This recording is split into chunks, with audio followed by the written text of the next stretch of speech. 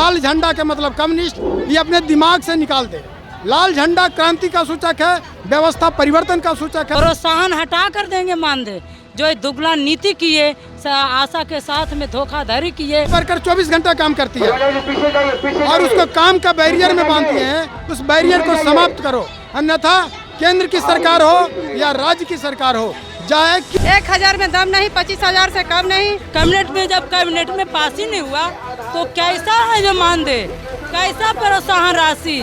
जो देख रही हैं कंफ्यूजन में, हमको लग रहा है कि सारे पत्रकार सारे मीडिया कर्मी कंफ्यूज हो गए हैं लाल झंडा देख के। तो लाल झंडा से आप क्या समझ रही हैं? अभी बताइए, हम तो कुछ नहीं समझ पा रहे हैं, आप बताइए क्या समझ रहे हैं?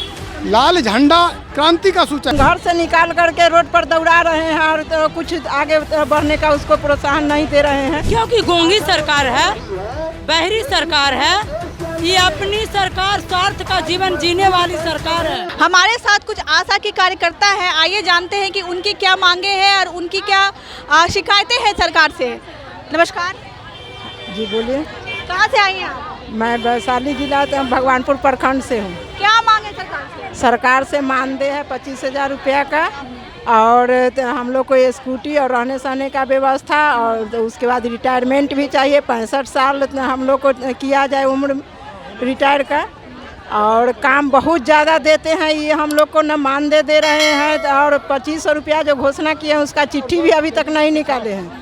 तो हम लोग कैसे विश्वास करेंगे? ये कह रहे हैं कि महिला को हम साथ दे रहे हैं, महिला को हम घर से निकाल करके रोड पर दौड़ा रहे हैं और तो कुछ आगे बढ़ने का उसको प्रोत्साहन नहीं दे रहे हैं। प्रोत्साहन में हम लोग को रखे हुए क्यों? इसको मानदेय कर दे, मानदेय नहीं कर रहे हैं क्यों? तो हम लोग सरकार को वोट नहीं देंगे। हम लोग अगर एक हैं तो 5 वोट का अति तो हम जरूर रखते हैं, और 1000 पॉपुलेशन पर काम करते हैं। 1000 घर के वोट को तो हम बिगाड़ जरूर सकते हैं। अच्छा, तो सरकार गिरा दीजिए अगर नहीं मांग पूरी करेंगे। हाँ तो हाँ, जो सरकार हम लोग के मांग पूरी करेंगे उस सरकार को ही हम चुनेंगे। क्या कहिएगा आप इस पे, क्या मांगे हैं सरकार? सबसे पहले तो हम बुद्ध की धरती गया और आपका विष्णु की नगरी गया से आपको संदेश देना, आपको पत्रकार होने के नाते बधाई देते हैं। और आपको बता दें कि मैं जितेंद्र कुमार सुमन गया जिला आशा और आशा फैसिलिटेटर संघ का नेतृत्व कर रहा हूं, वहां का जिला कोऑर्डिनेटर हूं। हम अपने नेतृत्व में वहां आंदोलन किया और सैकड़ों आशा का लाया हूं। सबसे बड़ी बात है कि यह जो लड़ाई है, आपसे सवाल करना चाहते हैं कि लाल जो बैनर देख रही हैं, लाल बैनर और लाल झंडा से आप पत्रकार लोग क्या समझती हैं? आप हमको जवाब दीजिए। जो देख रही हैं कंफ्यूजन में, हमको लग रहा है कि सारे पत्रकार सारे मीडिया कर्मी कंफ्यूज हो गए हैं लाल झंडा देख के।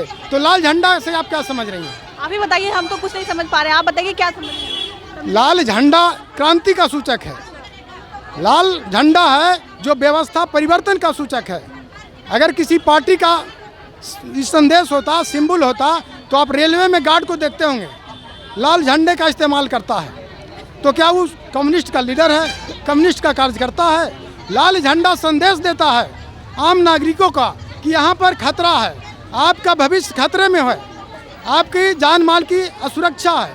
और लाल झंडा जहाँ खड़ा होता है वहाँ शोषण और दमन है किसी न किसी रूप में। वहाँ पर लाल झंडा खड़ा होता है, न कि कोई कम्युनिस्ट पार्टी खड़ी होती है। इसलिए यह संदेश, यह जो है भ्रम है मीडिया कर्मी का या आशा बहनों का कि लाल झंडा के मतलब कम्युनिस्ट, ये अपने दिमाग से निकाल दे। लाल झंडा क्रांति का सूचक है, व्यवस्था परिवर्तन का सूचक है।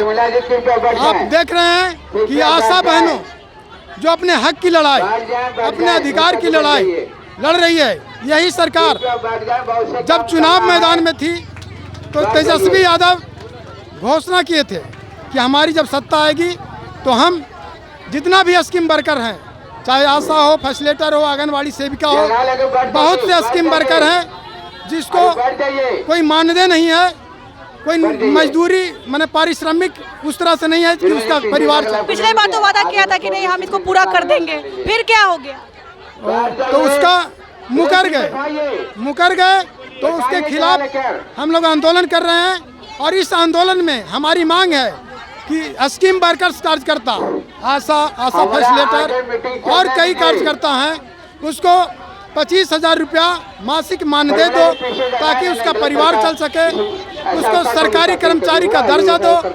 आशा वर्कर 24 घंटा काम करती है और उसको काम का बैरियर में बांधती हैं, उस बैरियर को समाप्त करो, अन्यथा केंद्र की सरकार हो या राज्य की सरकार हो, चाहे जिस किसी की भी सरकार हो, उससे दो हाथ करने के लिए तैयार हैं। और जो हमारी मांगों पर सहानुभूतिपूर्वक विचार करेगा, आगे आने वाले लोकसभा चुनाव में हम लोग एक एक वोट उस सरकार को देंगे। अगर राज्य सरकार राशि देना चाहती है तो आपके अधिकार क्षेत्र में है राज्य राशि।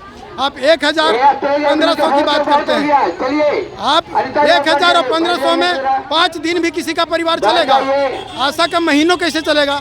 यह दुर्भाग्य है, हाँ, यह दुर्भाग्य है। कहाँ से आई हैं? हम संदेश ब्लॉक से आए हैं। क्या क्या मांग कर रही हैं? सरकार से हम मांग कर रहे हैं कि सरकारी कर्मचारी के दर्ज चाहे क्या हड़ताल टूटेगा उसी के पास के बात में आप क्या बोलते हैं? सब कहाँ हम सरकार से मांगने हैं सरकारी कर्मचारी का दर्जा दे। 1000 में दम नहीं, 25,000 से कम नहीं। हम संदेश ब्लॉक से आए हैं। मेरा नाम माया देवी, आशा फैसिलिटेटर हैं।